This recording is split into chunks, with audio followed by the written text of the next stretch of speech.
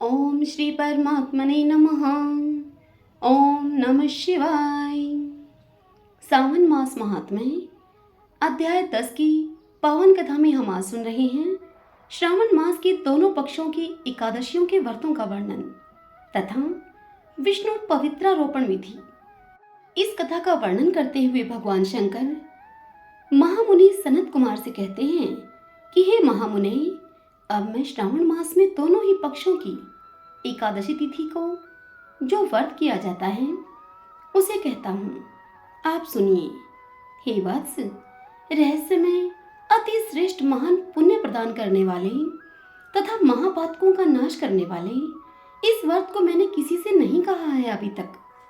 यह एकादशी व्रत सावन मास में मनोवांछित फल प्रदान करने वाला, पापों का नाश करने वाला और सभी व्रतों में श्रेष्ठ तथा शुभ है।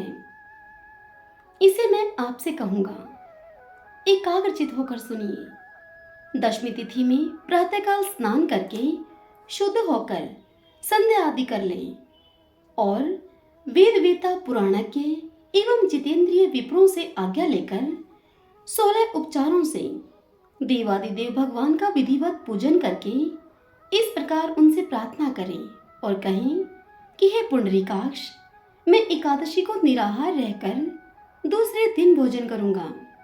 हे अच्युत, आप मेरे शरणदाता होइए। हे वत्स, गुरु देवता तथा अग्नि की सनिधि में इस नियम को धारण करें और उस दिन काम क्रोध रहित होकर भूमि पर शयन करें। तत्पश्चात प्रातःकाल होने पर भगवान केशव में अपने मन को लगाएं। भूख तथा प्रस्खलन यानी कि गिरना, ठोकर आदि लगना, यदि ऐसा हो तो ऐसे समय श्रीधर इस शब्द का आप उच्चारण करें। हे वत्स, यह व्रत मोक्ष प्रदान करने वाला है। अतः 3 दिनों तक पाखंडी आदि लोगों के साथ बातचीत, उनको देखना, उनसे बातें सुनना, उनसे बातें करना, इन सभी का त्याग कर देना चाहिए। तदंतर क्रोध रहित होकर पंचगव्य लेकर मध्याह्न के समय नदी आदि के निर्मल जल में स्नान करना चाहिए। सूर्य को नमस्कार करके भगवान श्रीधर की शरण में जाना चाहिए और वर्णाचार की विधि से सभी कृत्य संपन्न करके अपने घर आना चाहिए। वहां पुष्प, धूप तथा अनेक प्रकार के नैवेद्यों से श्रद्धा भक्ति पूर्वक श्रीधर की पूजा करनी चाहिए। तदंतर स्वर्णमय पंचरत्न युक्त श्वेत चंदन से लिप्त तथा 2 वस्त्रों से आच्छादित कलश को स्थापित करके और शंख, चक्र, गदा युक्त देवादिदेव श्रीधर की प्रतिमा को स्थापित करके उनकी पूजा करके गीत, वाद तथा कथा श्रवण के साथ रात्रि में जागरण करना चाहिए। इसके बाद विमल प्रभात होने पर द्वादशी के दिन विधिवत पूजन करके कृत्य होकर बुद्धिमान को चाहिए कि श्रीधर इस नाम का जप भी करें। इसके बाद उन शंख, चक्र तथा गदा धारण करने वाले देव देवेश श्रीधर की पुनः पूजा करें और स्वर्ण दक्षिणा के सहित कलश ब्राह्मण को प्रदान करें। उस समय ब्राह्मण को विशेष करके नवनीत अवश्य प्रदान करें। यह प्रार्थना करें कि हे भगवान श्रीधर, आज आप मुझ पर प्रसन्न हो और मुझे अति उत्तम लक्ष्मी प्रदान करें। हे मुनि श्रेष्ठ, इस प्रकार उच्चारण करके जगत गुरु श्रीधर से प्रार्थना करके श्रेष्ठ ब्राह्मणों को भोजन कराकर अपने सामर्थ्य के अनुसार दक्षिणा देनी चाहिए।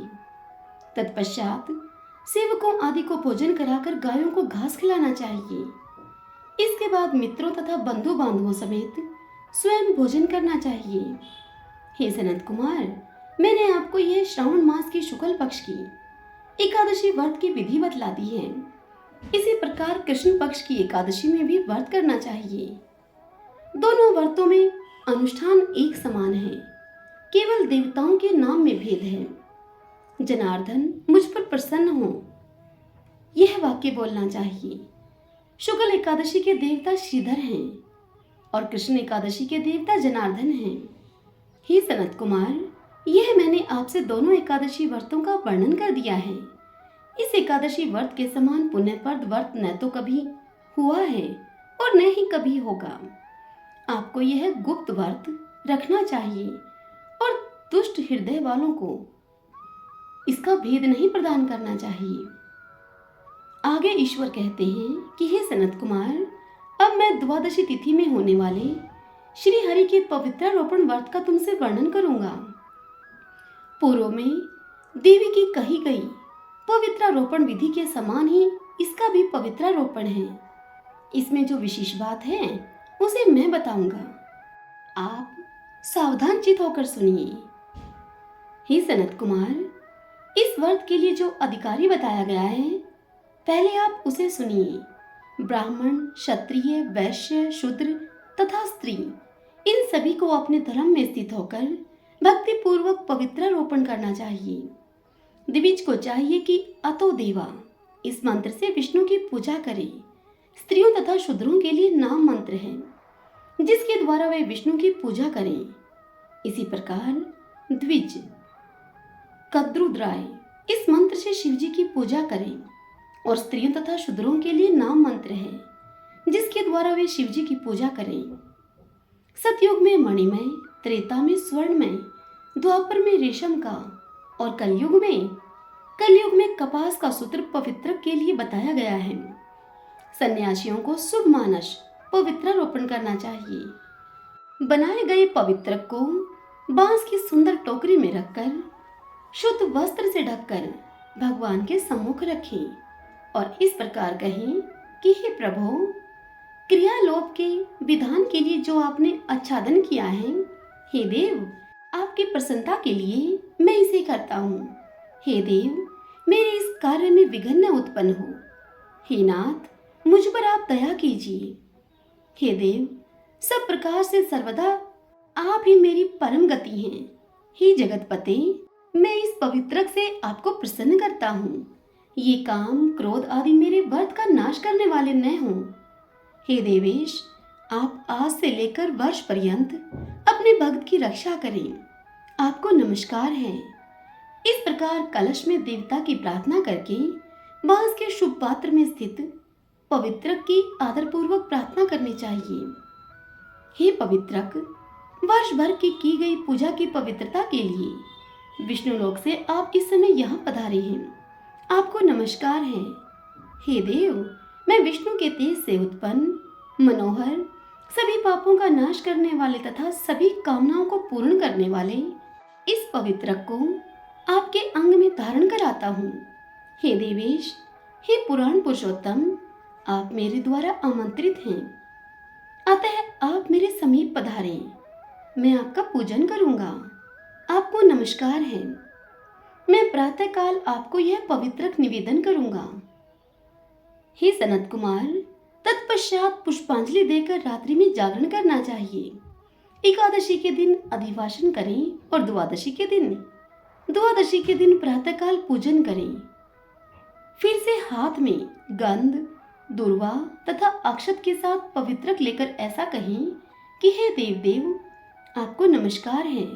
वर्ष पर्यंत की गई पूजा का फल देने वाले इस पवित्रक को पवित्रीकरण हेतु आप ग्रहण कीजिए।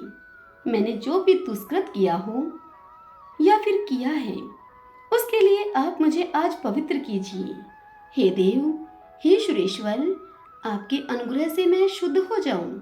इस प्रकार मूल मंत्र से संपुटित इन मंत्रों के द्वारा पवित्रक अर्पण करें। तत्पश्चात महानैवेद्य अर्पित करके निराजन करके प्रार्थना करें और मूल मंत्र से घृत सहित खीर का अग्नि में हवन करें। तदंतर इसी मंत्र से पवित्रक का विसर्जन करके इस प्रकार से बोले, हे पवित्रक, वर्ष भर की गई मेरी इस शुभ पूजा को पूर्ण करके अब आप विसर्जित होकर विष्णु लोक को प्रस्थान करें। इसके बाद पवित्रक को उतारकर ब्राह्मण को प्रदान कर दें अथवा जल में विसर्जन कर दें। हे सनत कुमार, हे वत्स, मैंने आपसे श्री हरि के इस पवित्रारोपण का वर्णन कर दिया। इसे करने वाला इस लोक में सुख भोग कर अंत में वैकुंठ को प्राप्त करता है। हरिओम तत्सत। इस प्रकार श्री स्कंद पुराण के अंतर्गत ईश्वर सनत कुमार संवाद में श्रावण मास महात्म्य में उभय एकादशी व्रत कथन और द्वादशी में विष्णु पवित्रारोपण कथन नामक 19वां अध्याय पूर्ण हुआ। श्री शिवाय नमस्तुभ्यम। भगतजनों, आज की यह कथा यहीं पर पूर्ण हुई। कल की कथा में हम सुनेंगे श्रावण मास में शनिवार के दिन किए जाने वाले कृत्यों का वर्णन, अर्थात शनिवार के दिन श्रावण मास में क्या करना चाहिए, इस सब की विधि के बारे में। आज की यह कथा आपको कैसी लगी, इस बारे में आप हमें जरूर बताइए।